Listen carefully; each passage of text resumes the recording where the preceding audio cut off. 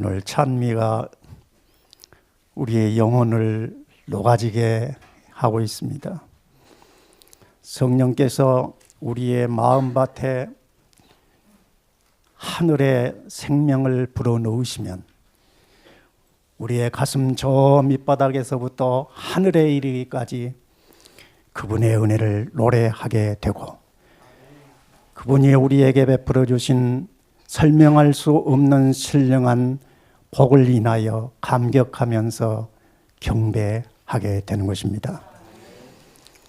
이 시간 주 예수 그리스도 안에 영원한 생명의 기쁨을 간절히 사모하면서 모인 여러분의 마음 속에 이 세상이 말할 수 없고 설명할 수 없고 줄 수도 없고 맛볼 수도 없는 영원한 생명의 은혜를 가득히 받으시기를 주 예수 이름으로 축원합니다.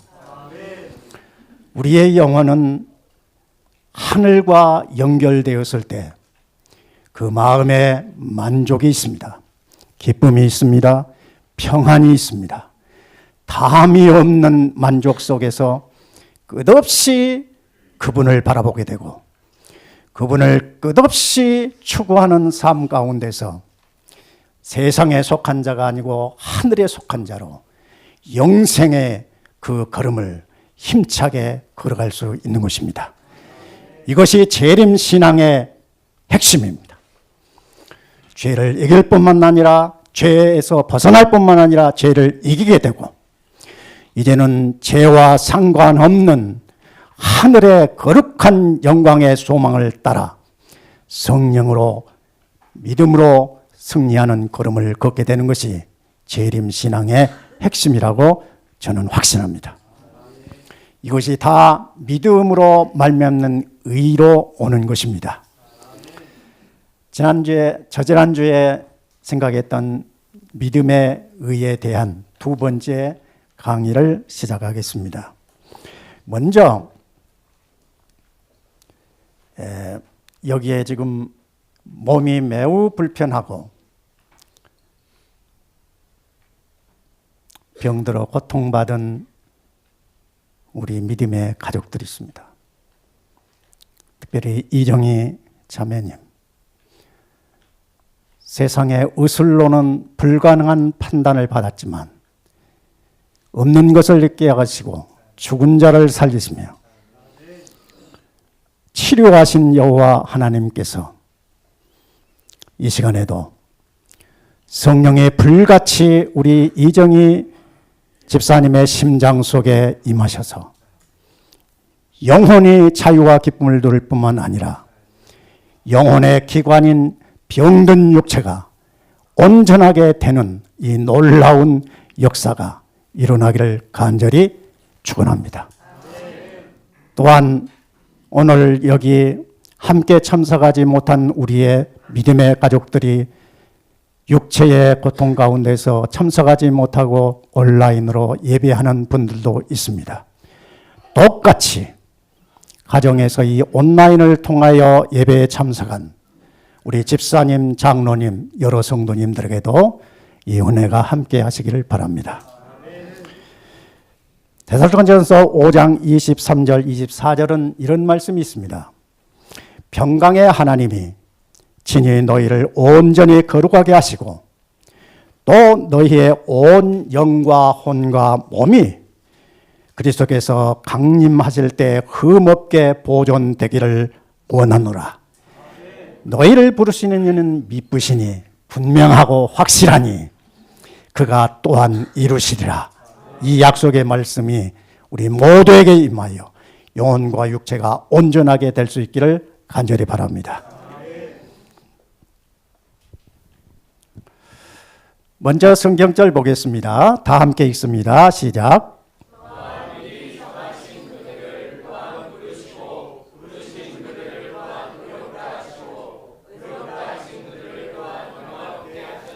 아멘. 여기에 강조돼서 반복한 단어가 있지요. 여러분은 어떤 단어로 보이십니까? 반복한 단어. 또한입니다. 또한 요한이 아닙니다. 또한. 이게 뭐예요? 우리를 창세전에 자기 백성으로 예정하신 백성으로 선택하신 하나님께서, 예정하신 하나님께서 또한 때가 되면 부르시고, 부르신 그분께서 또한 예수의 피를 의지해서 나오는 자기 백성에게 의롭다 하시고, 의롭다 하신 이 백성을 또한 영화롭게 하신다. 이게 또한의 반복을 통해서 이 모든 구원이 우리 안에서 성취되는 것은 그분의 역사다. 그렇게 말씀하는 것입니다. 이것을 성도의 견인이라. 성도의 견인. 이끌어 가신다. 누가? 그분이 그렇게 해요. 그러면 이 말씀을 잘못 이해하면 나는 아무렇지 않고 가만히 있어도 그분이 다 예정하시고 때가 되면 부르시고, 부르신 나를 의롭다 하시고 의롭다 하는 오늘 영원하게 하시는구나. 그분이 다 하시니 나는 할 일 없구나. 이렇게 오해할 수 있습니다. 이게 개신교 신앙입니다. 개신교 신앙. 그냥 은혜요. 받기만 하면 돼요. 나는 할 일이 없어요. 그래서 은혜래요. 이게 사탄의 기만입니다. 자, 믿음은 뭐냐? 단순합니다. 믿음은 하나님을 신뢰하는 겁니다. 신뢰하는데 어떻게 신뢰하냐? 완전하게 100% 신뢰하는 겁니다. 거기에 섞인 것이 있으면 안 됩니다. 하나님이 자기 백성을 부르실 때 말씀하신 것은 언제든지 완전입니다. 믿음도 완전해야 되고, 삶도 완전해야 되고, 생각도 완전해야 돼요. 이렇게 누가 하시느냐? 그분께 나를 맡기면 그분이 내 안에서 그렇게 하시겠다는 약속이에요.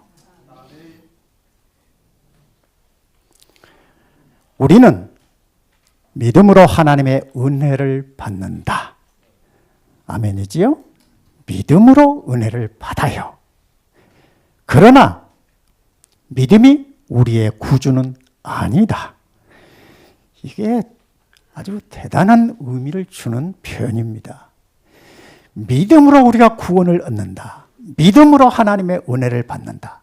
우리가 믿음으로 하늘에 들어간다. 맞습니다. 그러면 믿음이 구주네? 이렇게 오해할 수 있어요. 그것은 아무런 유익도 주지 못한다. 좀 충격적인 표현 같죠. 믿음이 없이는 하나님을 기쁘시게 하지 못한다고 했는데 믿음이 우리의 구주는 아니다. 그것은 아무런 유익도 주지 못한다. 이게 무슨 표현이지? 오해할 거예요. 그런데 자세하게 그 밑에 설명을 합니다.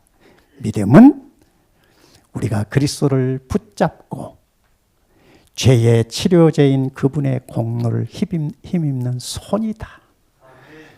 손이에요. 손이 나를 구원하는 게 아니야. 손이 그분에게 나아가서 벌리면 그분이 내 손 위에 자기 생명을 우리에게 주시는 거예요.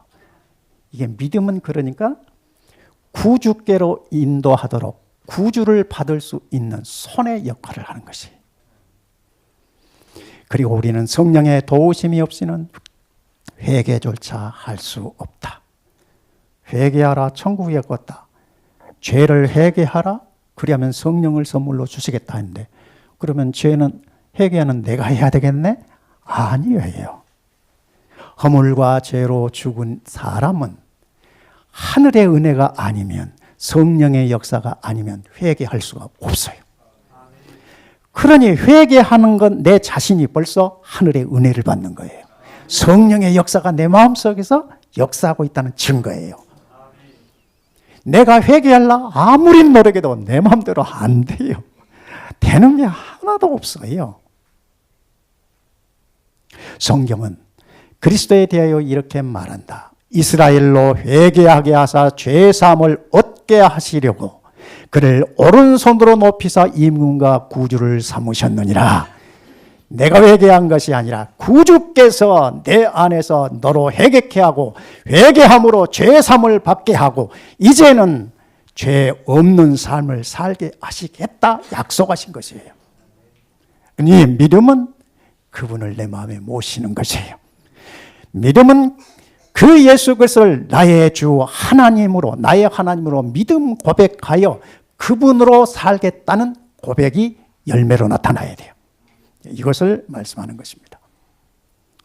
자, 회개는 죄 사함을 가져옵니다. 회개는 이전의 삶에서 완전히 돌아서는 것이에요. 몇 퍼센트? 100%. 180도로 회전하는 거예요. 완전히 반대로 돌아가는 거예요. 이게 회개예요. 회개는 죄에서 떠나는 것이에요. 이전의 삶에서 돌이키는 것이에요. 이 변화가 예수를 믿는 순간에 백성들의 마음에서 이루어지는 것이에요. 의가 우리 안에 들어오는 것이 믿음으로 말미암는 예수의 생명입니다. 예수를 나의 주 나의 하는, 제가 이 표현을 잘합니다. 예수를 나의 주 나의 하나님으로 내 심장에서 고백해야 돼요. 예수는 각 개인, 각 영혼에게 나의 주가 되는 것을 확인하기를 바라셔요. 그저 교회 생활을 하고 열심히 봉사하고 열심히 교회에 예배에 참석하는 것, 그것이 나를 변화시키는 것이 아니에요. 예수를 나의 주, 나의 하나님으로 믿음 고백해야 돼요. 이 믿음 고백, 예수가 나의 생명이요 나의 구주시요, 예수 없이는 내가 세상에서 살 의미가 없다는 것을 확실히 깨닫고 고백하는 거예요. 나의 주, 나의 하나님으로. 이런 변화의 고백이 있을 때만이 죄는 사라지는 것이고, 죄가 사라지는 그 마음 속에 새 생명의 법이 들어와 버립니다. 이게 율법이 우리 마음판에 새겨지는 역사예요. 그러면 예수 믿으면 죄가 사해지고, 죄가 사해진 그 마음판에 영원한 생명의 법인 율법이 생명의 법으로 각인되어 버려요. 새겨져 버려요. 그래서 우리의 마음이 새 마음이 돼요. 새로운 생각이에요. 이전에 품었던 생각은 사라져버리고, 이전에 내가 살아갈 목적의 모든 것이 안개처럼 없는 것처럼 사라져버리고, 이제는 그분을 따라 어떻게 그분의 백성으로 살 것인가가 내 마음을 지배해버리는 이런 경험이 믿는 믿음의 백성들의 심장 속에서 경험된단 말이에요. 이게 중생이에요. 오늘날 많은 사람들이 이 중생의 실질적인 경험도 없이 교회에서 신앙 경륜만 쌓고 있어요. 목사가 되고 장로가 되고 집사가 되고 열심히 봉사해요. 다 그는 자기 종교적 열심입니다. 우리는 종교를 믿는 것이 아니라 주 예수 그리스도를 나의 주 나의 하나님으로 믿음 고백함으로 성령의 지배 속에서 육으로 살지 아니하고 영으로 하늘의 영광의 소망을 따라 여기에서 하나님의 거룩한 영광을 반사하는 믿음의 삶을 사는 것입니다. 죄를 회개할 때 하나님의 영께서 믿음을 통하여 사람의 심령에 새 생명을 낳는다. 아주 가슴 터지는 표현이. 저는 개신교에서 45년 동안 이런 표현을 한 번도 들어본 적이 없어요. 내 안에 생명이 왔고 내 안에 설명할 수 없는 하늘의 빛이 왔는데 설명을 들을 수 없으니 얼마나 답답했겠습니까?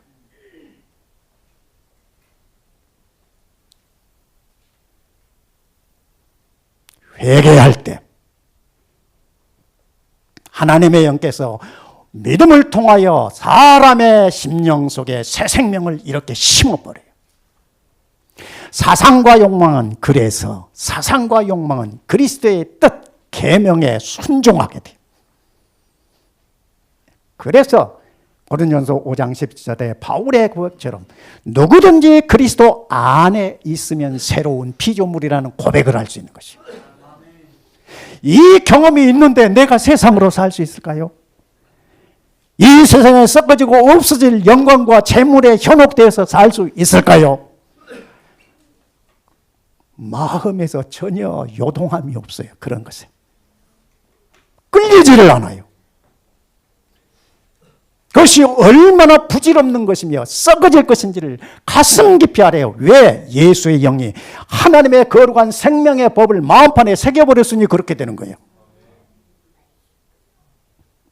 마음과 정신은 우리 속에 역사하여 모든 것을 당신께 복종하게 하시는 그분의 영상으로 새로 지음을 받는다. 그때야 하나님의 율법이 마음과 정신에 기록되며 우리는 그리스도와 더불어 나의 하나님이여 내가 주의 뜻 행하기를 즐겨하나이다.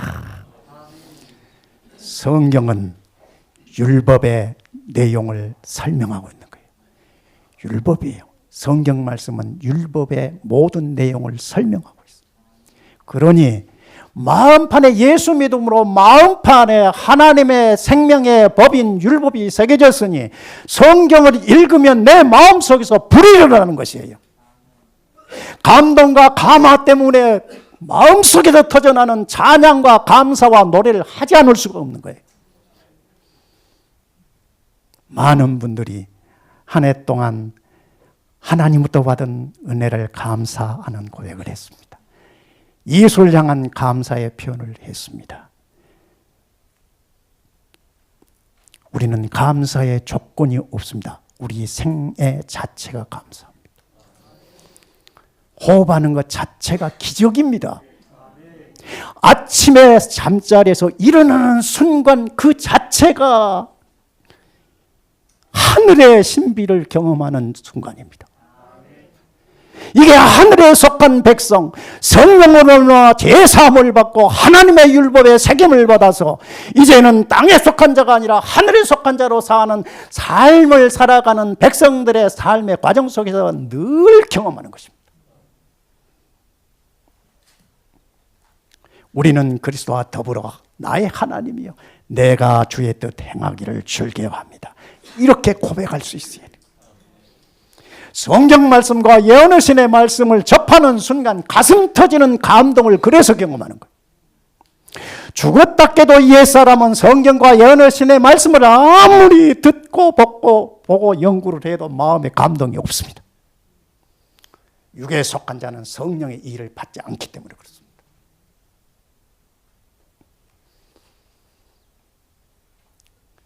믿음의 의, 믿음으로 말미암는 예수 안에 있는 이 생명을 받고 이 생명을 따라 사는 사람들이 하늘에 들어가는 자격과 적합성을 갖춘 자가 되는 겁니다.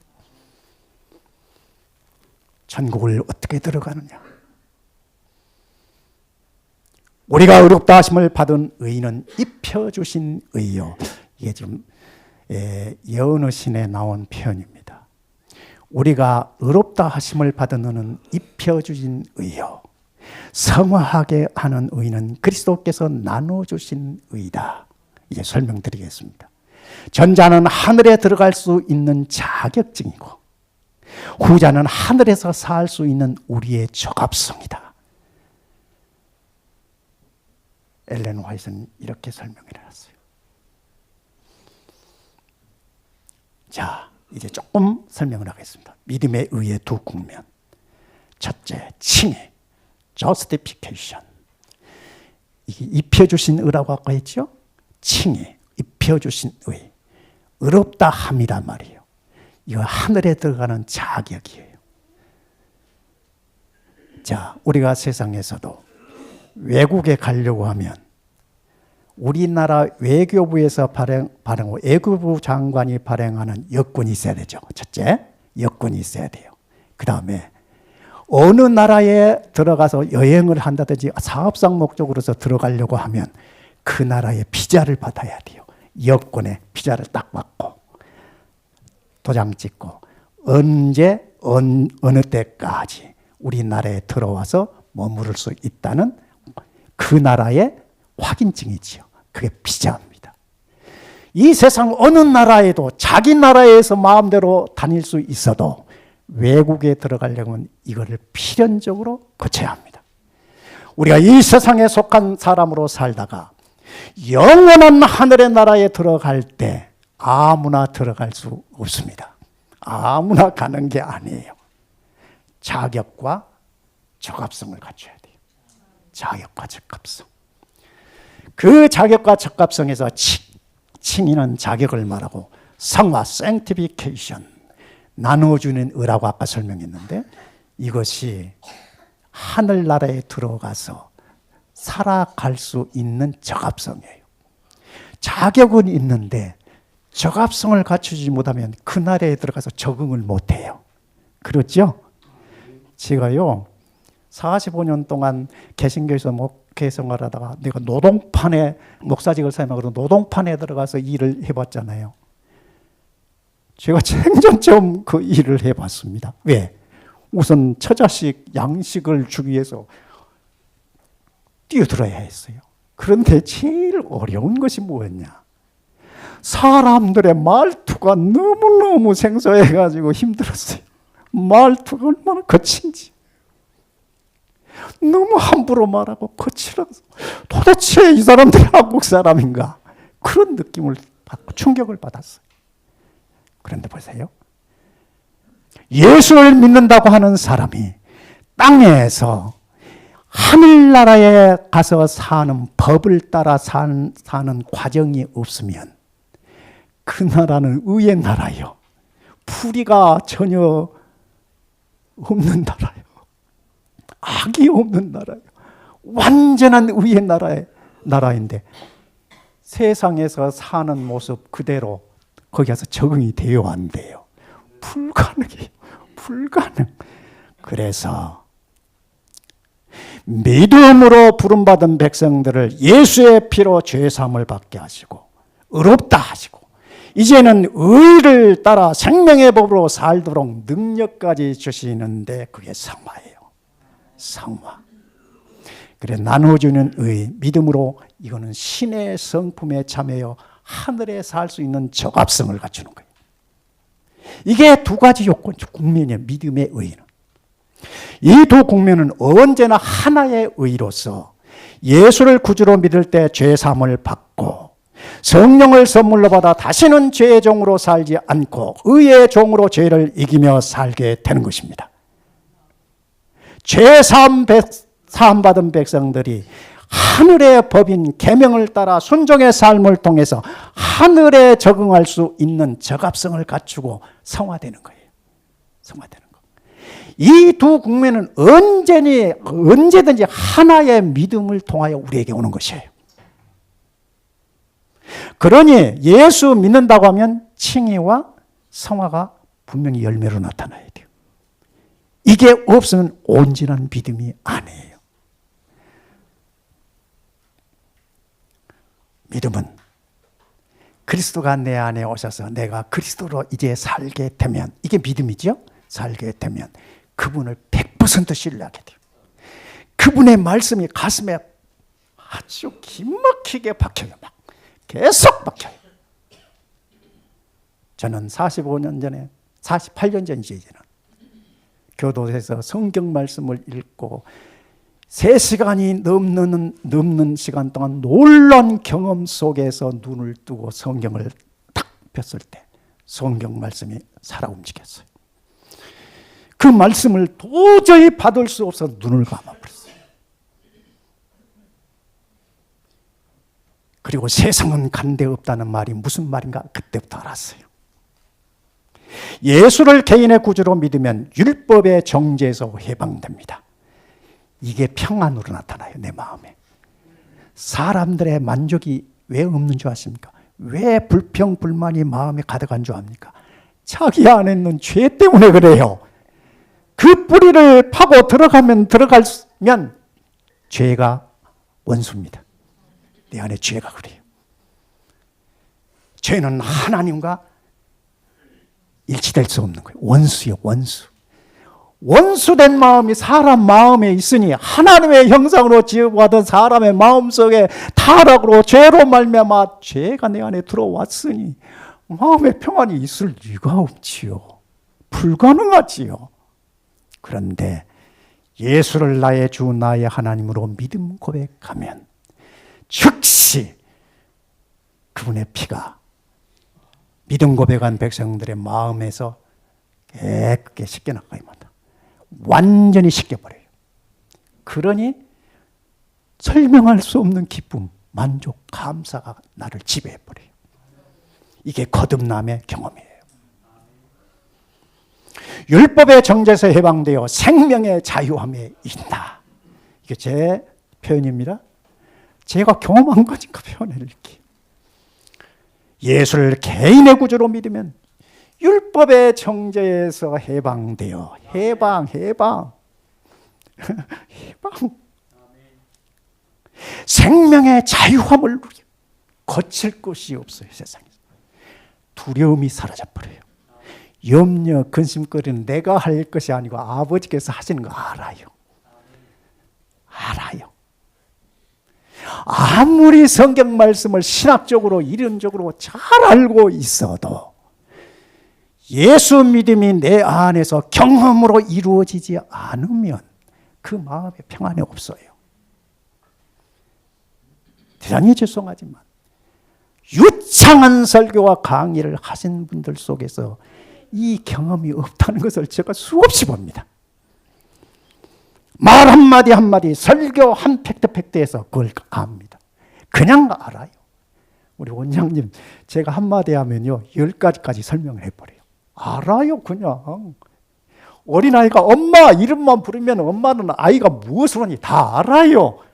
그리스도 안에서 한 생명으로 하나가 되면 그렇게 되는 거예요. 그래서 예수 안에 있는 믿음의 백성은 한 말을 하는 하나의 말을 하는 거예요. 진리로 하나 되게 하옵소란 말이 그 말이에요. 그런데 유명한 분들 앞에 가서 얘기를 하면 많은 분들 속에서 이 교통이 안 됩니다. 제 경험이 그래요. 교통이 안 돼버려요. 무엇 때문일까? 의구심이 들지요. 의구심이. 믿음은 율법에서의 해방이 아니라, 잘 들으세요. 매우 중요한 내용. 믿음은 율법에서의 해방이 아니라 율법의 정죄로부터 해방. 지금 개신교회의 많은 분들이, 신학자들과 목사들이 얼마나 이것을 헛되이 왜곡시켜 설명한지 모릅니다. 이제 예수님 믿었으면, 예수님이 나를 위해서 십자가에 죽으셨으니 이제는 은혜로 예수만 믿으면 구원 얻는다. 이제는 율법에 얽매일 필요가 없이 예수 믿음으로 자유만 누르면 된다. 그럼 어떻게 살라고? 어떻게 살래? 물으면 대답을 못해요. 율법의 정죄에서 해방되었으면 이제 어떤 새로운 삶이 어떻게 가능한지를 알아야 되잖아요. 율법의 정죄에서 해방받은 사람은 율법을 따라 살게 됩니다. 율법을 순종하게 돼 있어요. 믿음과 순종은 하나입니다. 복음과 율법은 항상 하나로 연결되어 있어요. 한 나무예요. 율법의 정죄로부터 해방, 곧 죄로부터의 해방입니다. 율법은 모든 죄인들을 구주가 되시는 예수께로 인도하여 예수 믿음으로 사망에서 생명으로 나가도록 이끌어내요. 예수는 율법의 성취자로 오셨어요. 예수는 율법이 의미 없다고 폐기하시러 오시는 것이 아니라 율법을 온전케 하기 위해 오셨습니다. 그분이 그렇게 말씀하셨고, 야고보 사도가 그렇게 말씀했고, 사도 바울이 로마서에서 그 말씀하시는 거예요.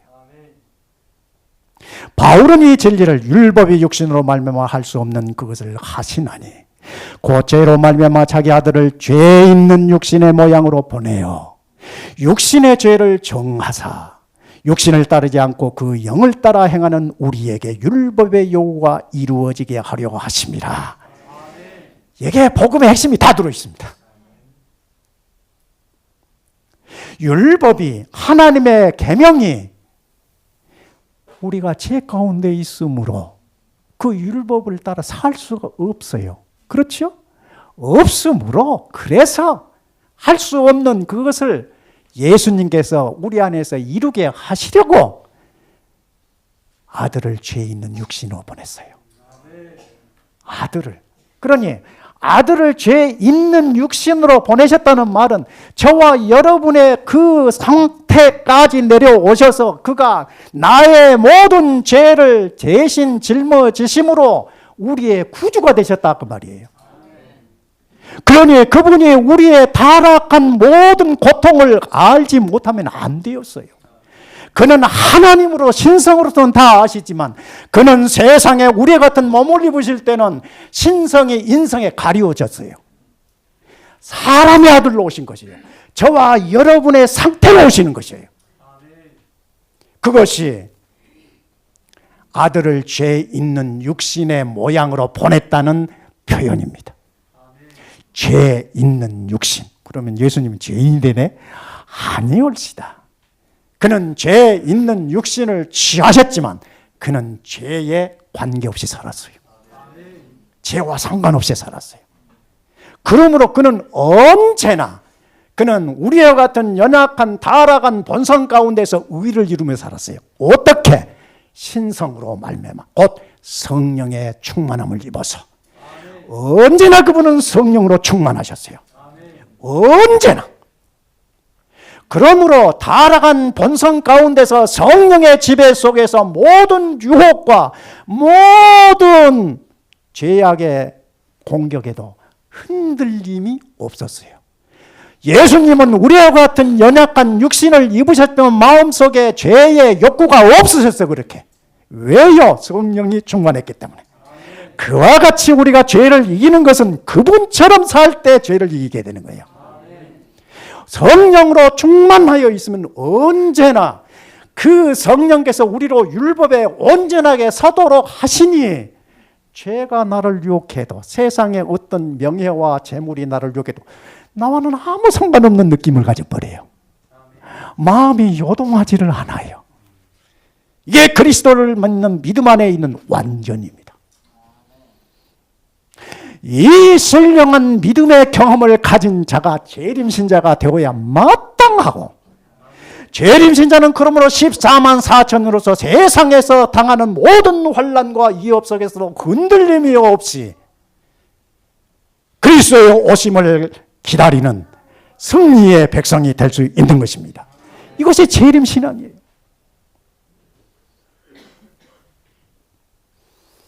믿음은 우리 안에서 율법에 순종할 수 있도록 우리를 새롭게 창조해내신다. 믿음의 증거는 그래서 율법에 순종하는 거예요. 믿음과 율법의 순종은 하나로 딱 서 있어요. 우리의 뿌리는 예수 그리스도의 십자가의 피고, 그 뿌려진 십자가의 피로 말미암아 새 생명으로 우리가 하늘의 영광의 소망을 따라 새 사람을 살게 되고, 끊임없이 믿음으로 성장하여서 그리스도의 온전한 품성에 이르러가는 품성의 완성인 완전히 열매로 나타나게 되는 것이에요. 타락한 이후에 주어진 율법은 죄인을 구원할 수 없습니다. 이게 가슴 깊이 새기셔야 돼요. 율법 그 자체는 구원하는 능력이 없기 때문입니다. 그렇죠? 율법은 그 자체는 정죄예요. 왜? 우리는 죄인이거든요. 죄인이기 때문에 율법을 보면 내가 정죄받아서 율법만 가지고는 자유를 못 누려요. 누가 율법을 범으로 율법을 대할 때 자유와 해방을 느껴요? 예수와 안에 있는 믿음의 백성들만 그래요. 성령으로 거듭난 자만 그래요. 그 자체는 구원하는 능력이 없기 때문이다. 율법은 생명의 원칙이지만 죄인에게는 결코 그 율법을 행할 능력이 없기 때문에 오히려 정죄하여 죽음을 선포할 뿐이다. 오직 구원은 예수를 나의 주 나의 하나님으로 믿음 고백할 때 예수의 피가 믿는 자의 심장에서 죄를 사하는 능력으로 역사하여 죄 사함이 이루어지고, 또한 믿는 자로 하여금 다시는 죄의 지배 아래 살지 않고 의의 법을 따라 살도록 생명의 능력까지 주어지는데, 이게 성화예요. 의를 주신 분도 믿음으로 말미암고, 우리에게 이제 의를 따라 살 수 있는 능력을 받는 것도 믿음으로 말미암아 오는 것입니다. 이게 믿음의 의예요. 예수의 피는 제3에 머물지 않고, 지금 제가 개신교의 신앙생활을 오래 하다 보니까 이걸 반복해서만 합니다. 개신교 신앙은 죄사함만 알아요. 죄사함? 예수 믿어 나 용서받았어. 이제 만사형통이야. 그러니 구할 것이며 예수 이름으로 세상 것을 구하게 돼 있어요. 열심히 우리 자식 잘 되게 해 주십시오. 수능 시험 볼 때는 불교 신자들은 절간에 가서 빌고, 기독교인들은 교회 가서 빌어요. 형태는 달라도 내용은 똑같아요. 다 자기 추구예요. 자기 추구. 죄로부터 분리되어 다시는 죄의 종으로 살지 않도록 죄를 완전히 떠나 살게 하는 능력까지 주십니다. 이게 임마누엘 동산어니까 이 말씀을 마음대로 말할 수 있어요. 다른 곳에 가면 딱 문이 막혀버려요. 가슴이 답답해요. 백성들이 어두움에 탁 잡혀 있으니까 마음을 안 열어버려요. 언제든지 하나님께서는 하늘의 신령한 빛과 생명으로 자기 백성들에게 비추고 나누어 주기를 원하는데, 백성들이 오해함으로, 진리에 대한 오해함으로 마음을 열지 않아요. 믿음의 사람에게는 이제 성령의 능력을 힘입어서 율법을 즐거움으로 생명의 법으로 순종하게 됩니다. 제사하고 사함받는 우리에고 생명의 법인 계명을 따라 살도록 능력까지 주시니 아멘, 아멘, 감사합니다, 감사합니다. 이렇게 돼버려요.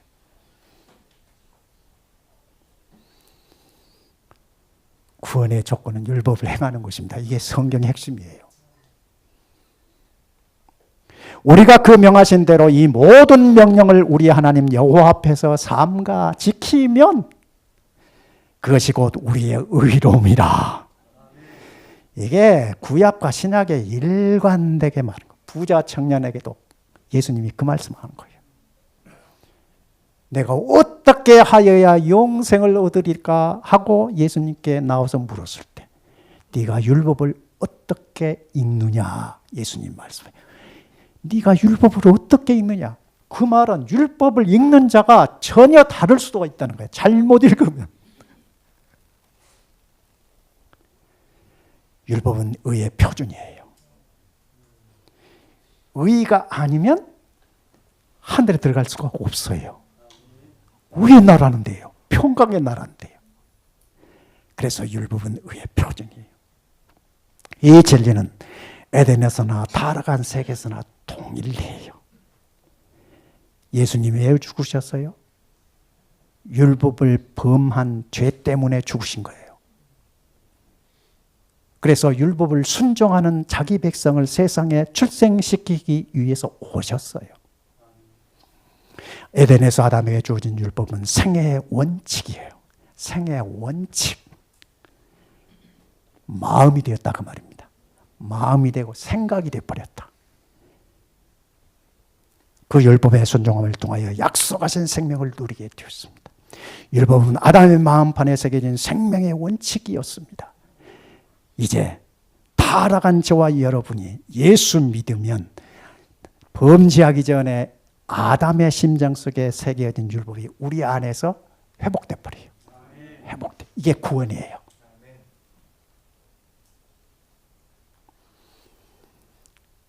죄는 율법을 범하는 것이에요. 어렵게 설명하는 거 듣지 마세요. 죄는 하나님의 계명을 어기는 거예요. 그게 성경의 확실한 가르침이에요. 죄를 짓는 자마다 불법을 행하나니, 죄를 짓는 자마다 불법을 행하나니, 마음으로도 불법을 행하고 생각으로도 불법을 행하고, 그래서 행함으로 불법을 나타내 보이는 거예요. 율법을 범하는 생애 가운데는 안전함이 없고 평안과 정당성이 없다. 인간의 죄를 계속해서 짓고 있으면서 하나님 앞에 무죄한 자로 서기를 바랄 수 없으며 그리스도의 공로를 통하여 하나님과 화평할 수도 없다. 그는 범죄하는 생애를 그쳐야 하며 충성되고 진실하게 되어야 한다. 마음이 한순간에라도 그리스도 안에 부착되어 있지 않으면 생각으로 마음으로 율법을 범하게 돼 있어요. 그렇게 제 경험상 그럽니다. 그냥 한순간도 그리스도를 떠날 수가 없어요. 이런 삶을 살아가는 것이 신앙생활이에요. 그러니 일주일에 한 번 예배 드리는 것은 나는 믿음의 삶을 살고 있다. 이거 얼마나 큰 기만입니까? 얼마나 많은 사람들이 속고 있는 것입니까?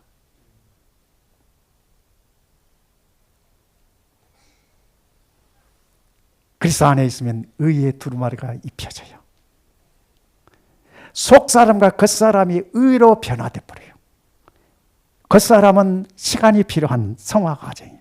속사람은 예수 믿음으로 바로 변화돼 버려요.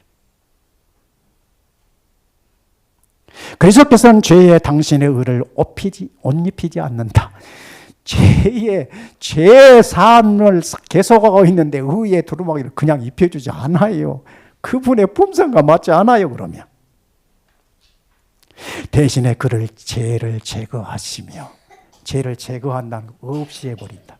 없이 해버린다. 그 자리에 당신의 의를 옷 입히신다. 율법을 새긴다 그 말이에요. 그의 의의 두루마기는 우리 마음판에 율법을 새긴다는 표현이에요. 그리스도께서는 믿는 죄인의 죄를 계속해서 짓지 않고 범죄 가운데서 계명에 대한 순종으로 돌아설 때 당신의 완전하심과 의를 입혀주신다. 칭의는 용서를 의미한다. 그것은 죽은 행실로부터 정결케 된 마음이 성화의 축복을 받기 위해 준비된 것을 의미한다. 먼저 칭의가 내 안에 들어오고, 칭의가 내 안에 들어오면 성화의 걸음을 걸어가도록 능력을 덧입혀 주셔요. 그게 입혀주신 후와 나누어지는 겁니다. 칭의는 죄에 대한 충분하고 완전한 용서, 의심이 없어야 돼요. 완전한 용서예요. 예언의 증언들을 보면 볼수록 어쩐지 우리에게 완전이에요. 완전. 거기에 한 톨이라도 섞여 있어서는 안 되는 것을 말해요. 내가 거룩하니 너희도 거룩하라. 이게 성경의 증언입니다. 죄인이 믿음으로 그리스도를 받아들이는 순간 용서를 받고 확실합니다. 그리스도의 의가 그에게 입혀진다. 그는 더 이상 하나님의 용서하시는 은혜를 의심하지 않는다.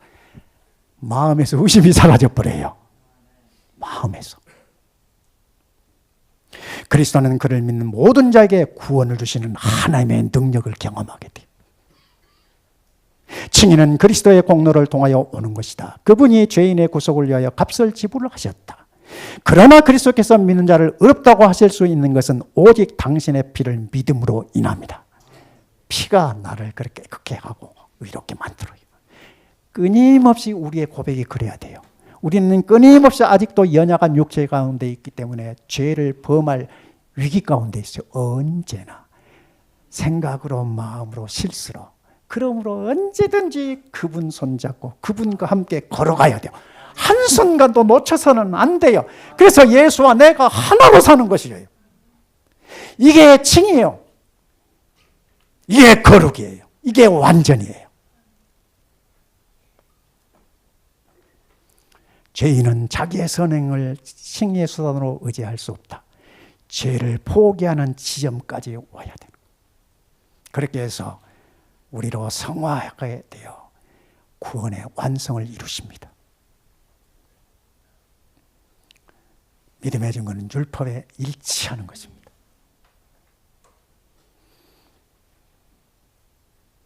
복음은 율법의 주장을 약화시키지 않으며 오히려 율법을 높이고 존귀케 한다. 복음과 율법이 이렇게 하나로 내 안에 들어왔었을 때 그가 그리스도의 형상으로 사는 거예요. 그리스도의 형상. 그리스도의 형상. 율법은 하나님 자신이에요. 율법은 하나님 자신의 품성이에요. 그러므로 믿음이 내 안에 와서 죄가 사여진 내 마음속에서 율법이 마음판에 새겨짐으로 내 마음과 생각이 율법에 일치됨으로 이제는 율법을 따라 삶으로 그분처럼 되어버리는 거예요. 그게 신의 성품에 참여한 자라, 그런 표현입니다.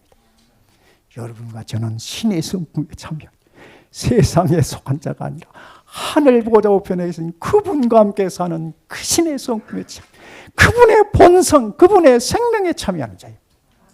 이거를 어떻게 인간의 제한된 말로 다 표현할 수 있을까요? 경험으로 하는 거예요. 경험으로.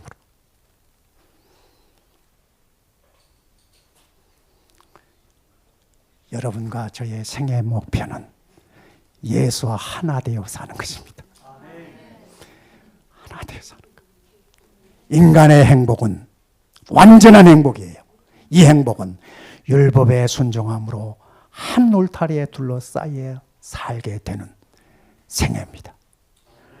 한 울타리, 하나님의 생명의 한 울타리 안에서 살아가는 생애. 이게 저와 여러분의 목표, 삶의 목표가 돼요.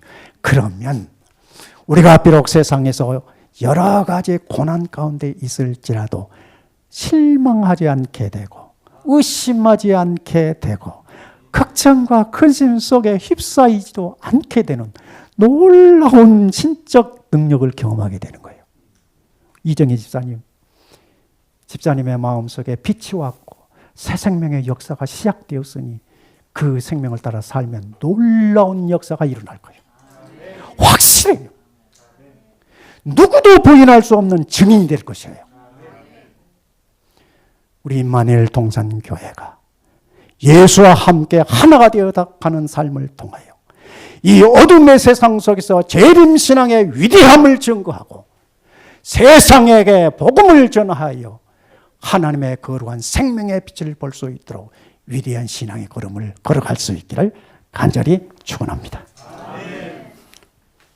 참으로 비천하고 어리석은 저희들에게 주 예수 그리스도를 믿음으로 하늘의 영생의 빛을 알게 하시고 하늘의 빛을 따라 땅에서 아버지의 이름을 높이며 계명의 순종의 삶을 살도록 은혜해 주신 것을 진심으로 감사합니다. 아멘. 우리 모든 믿음의 가족들 세상에서 이런저런 모양으로 어려움 가운데 있고 육체의 연약함 가운데 고통을 당할지라도 주 예수 그리스도를 나의 주 나의 하나님으로 믿음 고백함으로 저들의 모든 고난에서도 능히 예수로 승리하는 삶을 살게 하여 주시옵소서. 아멘. 믿음으로 승리의 걸음을 걸어가므로 하늘의 나라에 들어가서 살 수 있는 우리의 인격이 성화될 수 있도록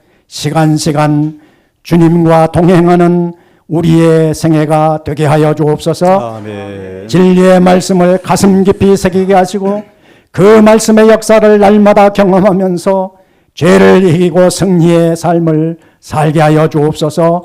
여러 가지 염려와 근심의 문제를 가지고 있는 백성들 주님 다 살펴주시고 아멘. 저들 모든 연약한 가운데서 그 마음을 강하게 하시고 일으켜 세워 주옵소서. 아멘. 육체의 질병 가운데 있는 성도들 많이 있습니다.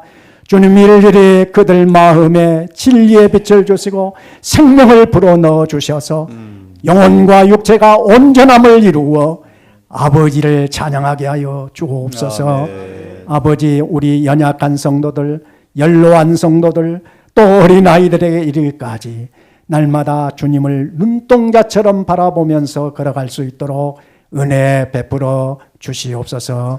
예수님 이름으로 기도하옵나이다. 아멘.